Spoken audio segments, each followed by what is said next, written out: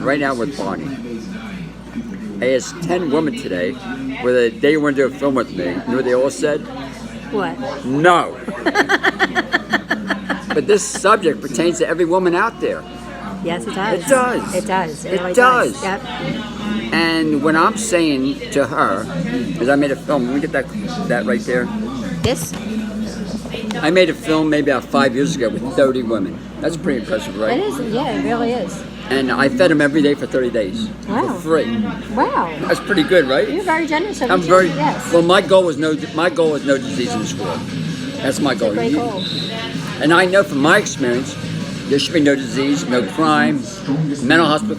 Everything should be closed, based on what I know. Mm-hmm. So the question is, the next Sunday, I'm showing my film.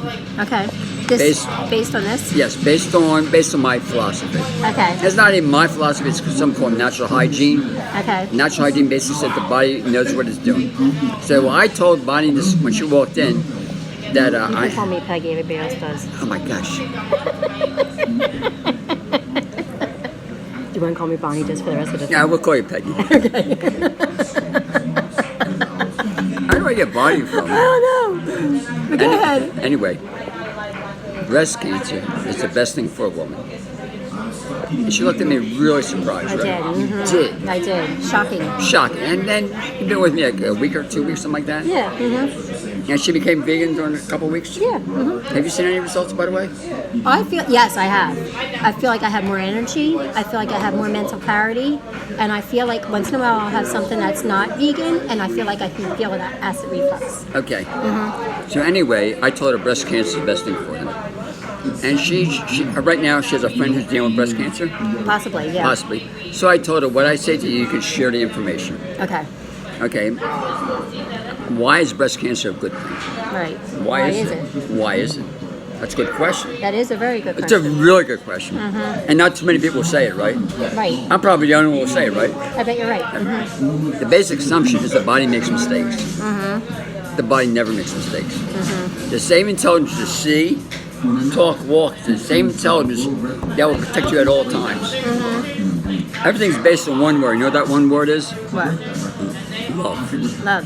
It's a powerful Your 75 trillion cells love you so much, they'll do whatever they can to protect you. Mm-hmm. It's true. The same intelligence is able to talk, walk, sneeze, cough, able to shake your head, say true, boom, boom, boom.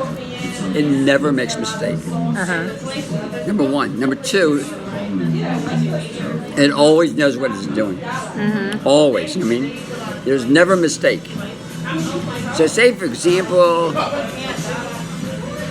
the body understands truth, the body understands lie. There's no in between. Mm-hmm. If it's the truth, the body accepts it. If it's a lie, the body has to handle it. The body has to what? Handle it. Handle it. Okay. So the body recognizes truth, the body recognizes lie. That's why there will never, ever, ever be a cure for cancer. Impossible. You know what? Impossible to have a cure for cancer. You can spend millions and trillions of dollars, they'll never, ever find a cure. You know why? Why? It doesn't exist. Cancer doesn't exist?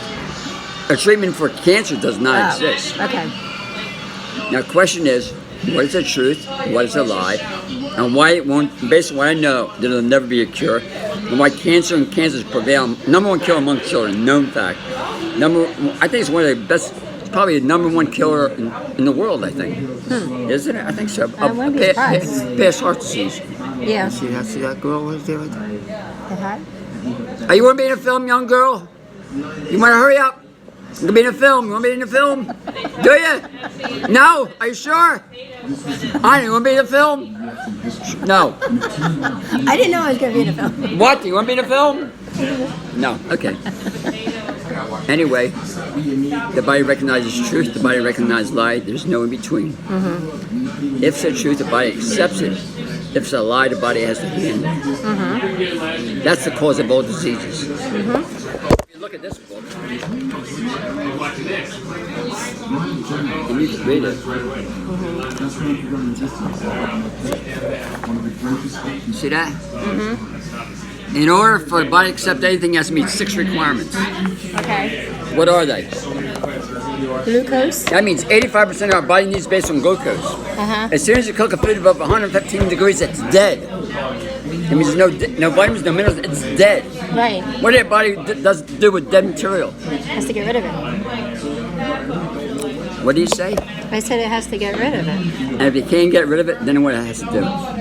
Absorb it Or store it. or store it. Oh, okay. Does that make sense? Yeah, it does. Mm-hmm. As soon as you cook food above 115 degrees, it's dead material. It has no life force. It's not truth. In order for that to be truth, that means 6 requirements. It has like glucose, protein, fatty acids, vitamins, and minerals, and water. If it doesn't have these 6 requirements, it's dead material. It's dead. Do you mean every time you go to the store, every time you go to the supermarket, every time